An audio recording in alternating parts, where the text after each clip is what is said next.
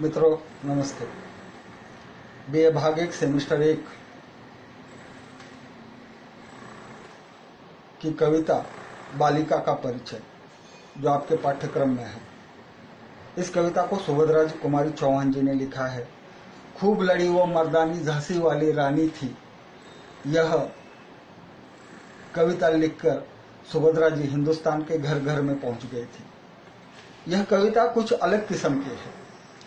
इस कविता के माध्यम से उन्होंने जो है वह स्त्री जाति का एक उज्जवल चरित्र खींचने का जो है वो प्रयास किया है। वैयक्तिक निजी जीवन में सुभद्रा जी आजादी के आंदोलन की एक सेनापति रही है। देश सेवा या देशभक्ति के कारण उन्हें कई बार जेल की यात्रा करनी पड़ी। बहुत कम यानी केवल 44 साल की उम्र में इनकी मृत्यु हुई। एक मोटर एक्सीडेंट में इनकी मृत्यु हुई। इन्होंने कविता, कहानी और बालोपयोगी यानी बाल साहित्य पर भी बहुत कुछ लिखा है। ये जो कविता है बालिका का परिचय, इस कविता के माध्यम से उन्होंने एक बालिका की महत्ता को हमारे सामने प्रस्तुत किया है। मित्रों, आज हम सब देखते हैं कि हमारे समाज में स्त्री का जन्म उसकी ओर अच्छी नजर से नहीं देखा जाता। लड़की हुई है यह मरे मुंह से बताया जाता है और इस कारण हमारे देश में जो पुरुष प्रधान व्यवस्था है, सामाजिक व्यवस्था है, उसमें स्त्री का जन्म एक अभिशाप की तरह उसे देखा जाता है, उसे माना भी जाता है। कोई बच्चा जब पैदा होता है तो उसके लिए जिस प्रकार से माहौल तैयार किया जाता है उसके बिल्कुल विपरीत यह माहौल जो है वह यहाँ होता है।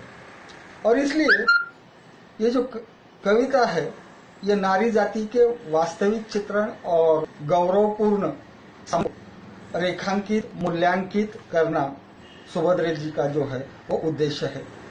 यह कविता जो है एक नन्ही बालिका का चित्रण करती है। सुभद्रा जी अपनी गोद में एक बालिका को लेकर बैठी है और वह उसका वर्णन करती है। वो कहती है कि यह मेरी गोद की शोभा है, यह मेरे गोद की शोभा है, यह मेरे सुहाग की लाली है। भले ही इसके तन पर ठीक ढंग से कपड़े नहीं है, आपको वो बेकारन लग सकती है, लेकिन वह किसी राजकुमारी से कम नहीं है। यह अंधेरे में जलते हुए मशाल की तरह है। यह घट घट को उजाला देने वाली है। और आगे वो कहती है कि यह कमल के ऊपर जो मंडराता हुआ भ्रमर होता है उसकी तरह है और यह पतझड़ में जो हरियाली खिलती है उस हरियाली की तरह है। यह एक नीरस, मित्रों, वर्तमान परिवेश जो है कम ज्यादा नहीं लेकिन बहुत बार हमको नीरस प्रतीत होता है और इस नीरस वातावरण में यह लड़की जो है अपनी अस्तित्व से रस को जगाती है। यह उनका कथन है। जीवन ज्योति है यह कवित्री की।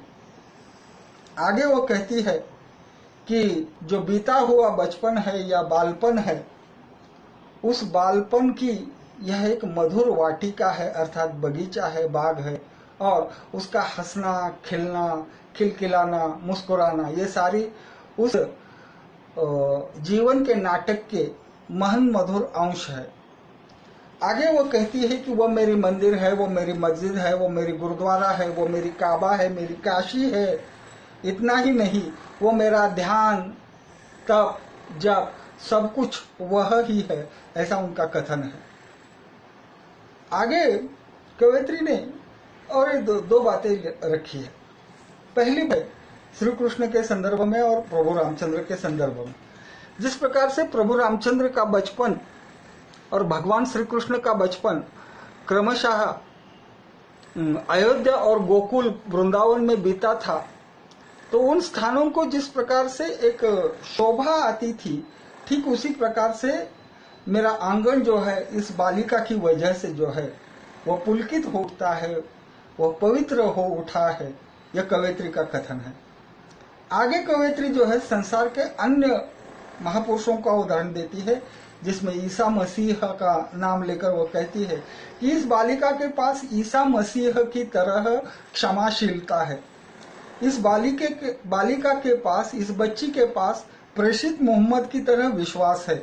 इतना ही नहीं, इस बालिका के पास भगवान महावीर और भगवान गौतम बुद्ध की तरह दया भी है। और ये सब, इन सब का समन्वय कहाँ दिखाई देता है? तो वो कहती है कि इस बच्ची में है। तो इस प्रकार से इस बालिका का वह वर्णन करती है। अब जाहिर है कोई तो सवाल करेगा, तो कोई आदमी उसे सवाल करता है कि ये कौन तुम्हारी लगती है, या इसका परिचय क्या है जिसे लेकर तुम अपनी गोदी में बैठी हो? तब वो कहती है कि परिचय पूछ रहे हो मुझसे, कैसे परिचय दूं उसका? मैं उसका परिचय नहीं दे सकती, क्योंकि वही जान सकता है इसको माता का दिल है।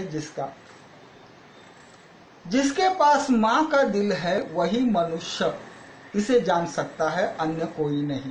तो अक्सर ये दिखाई देता है, या हम ये मानते हैं कि माँ बाप की कीमत हमें तब पता चलती है जब हम खुद माता या पिता बनते हैं।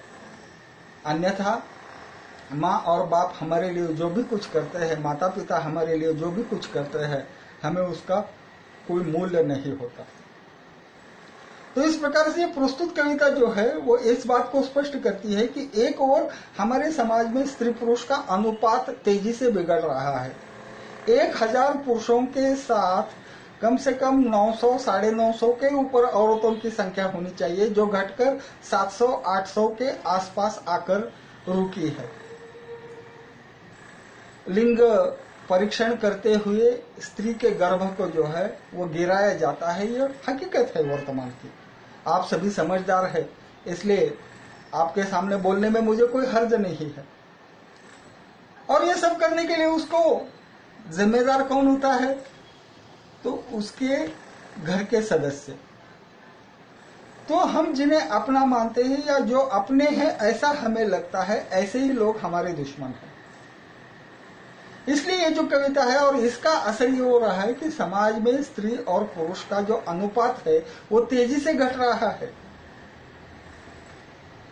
यही वजह है कि हम कुछ वर्षों के बाद ये स्थिति होगी कि हमारी जो कलाइयां हैं, इन कलाइयों को राखी बांधने के लिए हाथ नहीं रहेंगे। अब और क्या बताए इस पर? बीज होती है या रक्षाबंधन होता है, उस दिन बहन से हम राखी बंधवाते हैं, या बीज के दिन हम आरती करवाते हैं। लेकिन अगर कोई लड़की ही पैदा नहीं हुई तो हमारी आरती कौन उतारेगा, हमें राखी कौन बांधेगा? इन सब पर मित्रों अब गंभीरता से सोचने का वक्त आया है। इसलिए स्त्री का जन्म कोई बुरी बात नहीं। स्त्री दुनिया की माता होती है, हम सबकी माँ होती है।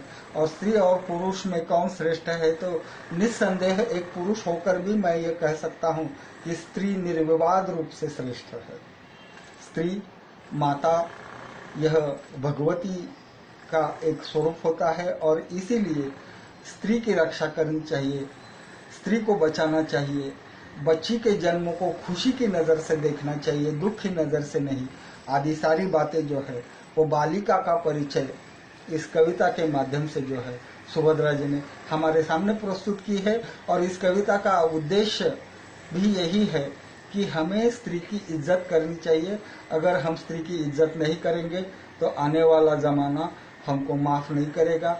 आज भी हम देखते हैं टीवी पर, न्यूज चैनल्स पर या अखबारों में, तो स्त्री के संदर्भ में कितनी बुरी खबरें दिन रात छपी रहती है, दिखती रहती है।